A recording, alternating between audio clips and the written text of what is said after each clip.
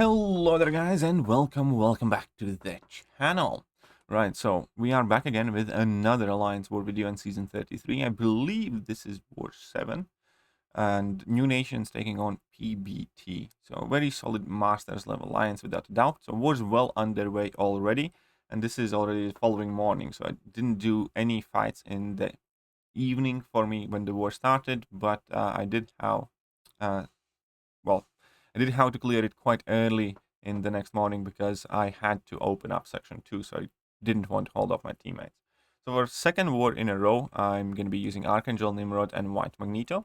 White Magneto exclusively for the pre-fights, and I'm going to start on path 7 in section 1. Now, both of the opponents here are quite tricky. So we have Vision Arcus, obviously, on a node where you can't really deal with Vision Arcus's power to begin with, and it is not a bad placement at all. And then Kingpin with Vivified is definitely also quite tricky fight.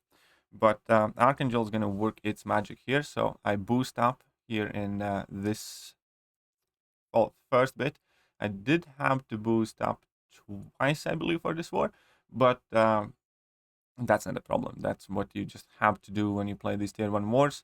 So I put on medium attack and health boost, big champion boost, and I'm going to use indestructible 3 boost because things can go wrong in either one of these two fights, especially against Vision Arcus and, you know, Kingpin, who has quite a lot of power gain. Even though against Kingpin, if I push him to level 3, I'm going to be screwed probably anyways because he stuns you, and if I eat a level 1, then I get a degen, and, you know, that bypasses the indestructible 3 boost. But Vision Arcus is again yet another champion where there is a threat for level 3, so I activated White Magneto pre-fight. So he can't shrug off my stun debuffs because they are passives now. And that does make this fight a lot easier. Now, you can do it without the pre-fight, of course you can. You just have to kind of re-parry. But in between kinetic reactor and everything else, it is not the easiest fight. And here I actually do make a mistake where that invulnerability boost does kind of save me a bit. I wouldn't have taken much damage without it. But, you know, it's still much better when you finish a fight without needing to heal. And obviously, as soon as you get some neurotoxins on Arcus, the fight goes very, very quickly. Now we need to move on to the Kingpin fight, and I'm going to be using another one of my pre-fights. And that is obviously quite helpful here again. And here we can see that a single heavy attack basically gave him over half a bar of power. So 2 heavy attacks, he has already like power bar and a half. So if he does not throw his specials here in timely manner, I would be quite screwed. But with this heavy attack, we place 3 new neurotoxins. I drop another heavy, he's stunned there. So here we go with parry, and he just absolutely melts. That Kingpin absolutely melted towards the end. That is the power of Archangel, man. Archangel's been putting in some double shift at work here. And now I need to go up against Kitty Pryde on this power snack with backup recovery node. And I could have done this fight multiple times. I'm really not worried. And I still have that indestructible 3 boost active, which means even if I push her to level 3, you know, nothing too bad is going to happen. And here, the key, you know, the most important thing or the most useful thing is just to make sure that she doesn't get over 3 prowesses and you'll be fine. With Nimrod, you can parry stun her as much as you want, pretty much. Now, I am in Titan Protocol, so I do want to switch to my Blitz Protocol once again. She drops her level 1, wonderful. And I'm just going to go for level 2. Now, I do not have any armor ups here, or pretty much any armor ups. So I do parry on purpose there to get few more armors. Drop my level 2, and she does survive, because I do believe this was a rank 4 kitty. But I wasn't running Liquid Courage Double Edge. If I had been running those masteries, then she would be, you know, dead immediately after that level 2. This time around, she did barely, but survive it. And here, some moments later, I have to deal with this Sasquatch. Now, this is a mix master Sasquatch, and I did have a pre-fight placed for me as well. And I did not heal up Archangel here, actually. Maybe I should have, but it's all right. And I activated a combat regeneration boost here because I have a ton of those expiring, and I kind of figured, why not? Combat regen is one of those boosts that I hardly ever get to use. I didn't think I need an indestructible 3 boost. Archangel definitely doesn't need power start 1 boost. And instead of using a potion, I just used a regen boost that And that kind of filled me up back to 100% until I made that slight mistake and got back down to 91. But we could see that at one point there, he had 7 neurotoxins on. And yes, he is taking, reduced damage, and now he enters Wrath of Tanorak. But with all of that, we can definitely see that his health is draining. And here I do take several hits on block kind of on purpose as well, just to get those poisons on for when I get to throw heavies.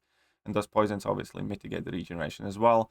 And I did take slightly more block damage than I would have liked it at the end, but a very quick, very straightforward fight against a massive, massive Sasquatch. So this is the only potion that I end up using in this war, because I have 2 fights remaining, one of them with Nimrod, one of them with Archangel. And yeah, this was the only potion that I needed for this war, so that's quite nice, fairly economical war. And now I need to deal with this Domino. Now I have done this Domino multiple times in past, and again, you can use Indestructible 3 boost for sure for this fight, for when she gets to level 3.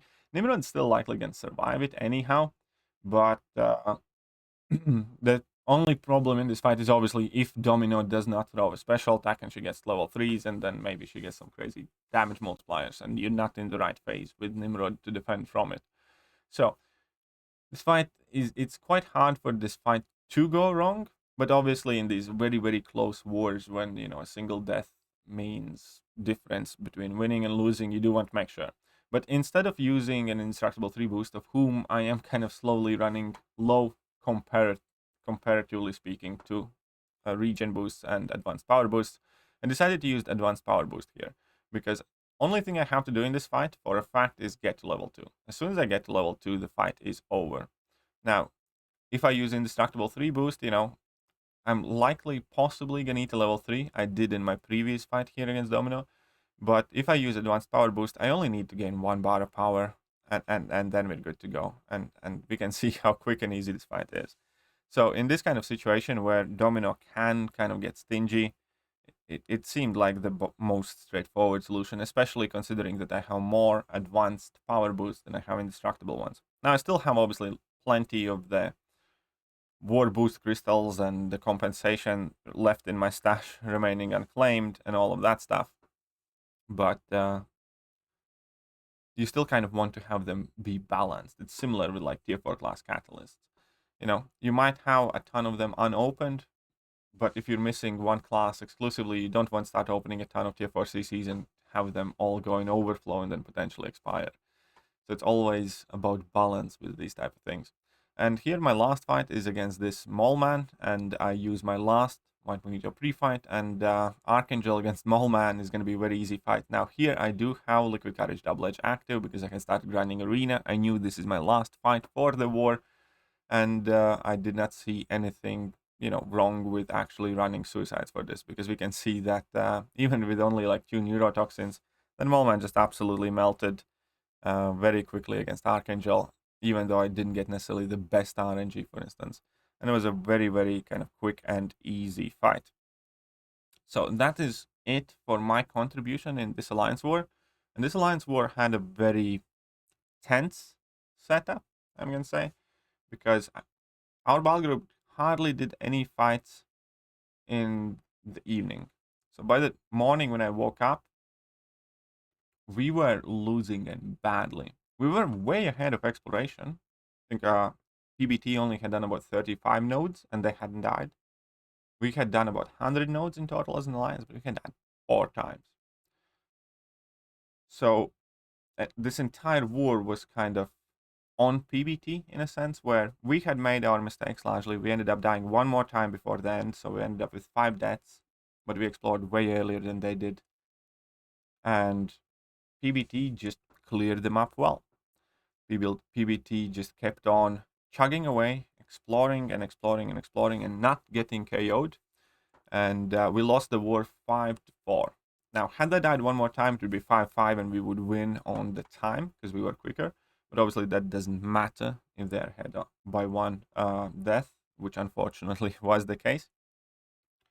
And it was extremely frustrating war, I would say, because you really, well, at the very least, from my personal perspective, I went to bed, everything's fine. I wake up and we pretty much lost it. and it's kind of all in the hands of the opponents. And obviously, you still have to do your best, but it does affect also the kind of, I don't know, morale or confidence. And it's just one of those heavy type of wars where you know that, mistakes being made, and you just have to kind of hope for opponent to fail. And then opponent does well. And, hats off to PBT. That we died 5 times, it's on us. We lost that war. But obviously, the counterpart to that is that they only died 4 times, and they had a very, very good war. So definitely hats off to them. And here we are. Unfortunately, that also likely is going to kick us out contention for top 3, because we already have 3 losses in the season. So the score, I think, is 4 wins, 3 losses. And we are likely also to be set to face Yaya Ding Dong and GT40 yet again for rematches.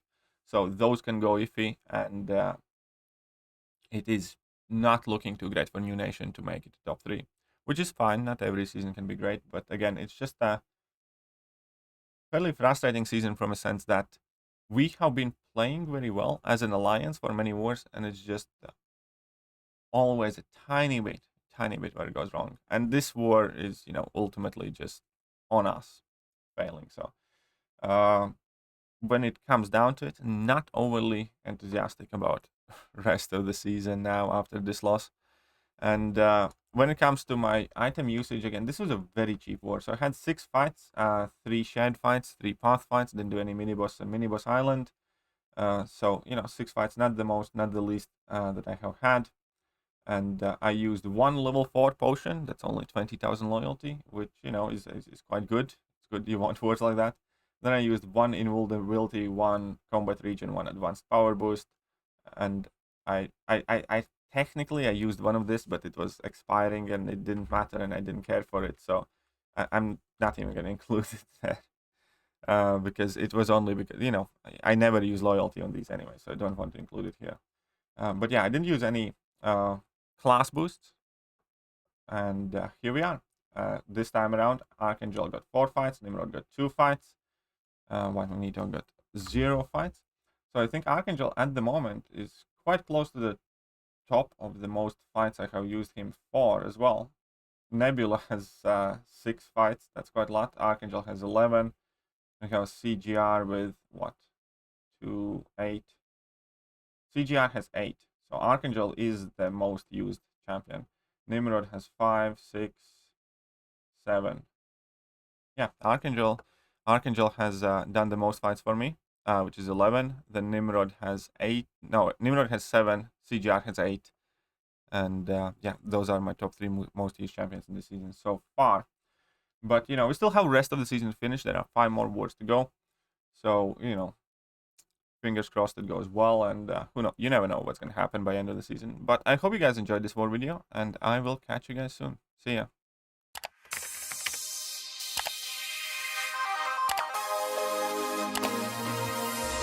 Hello there guys, and welcome back to the channel. So we have all the information about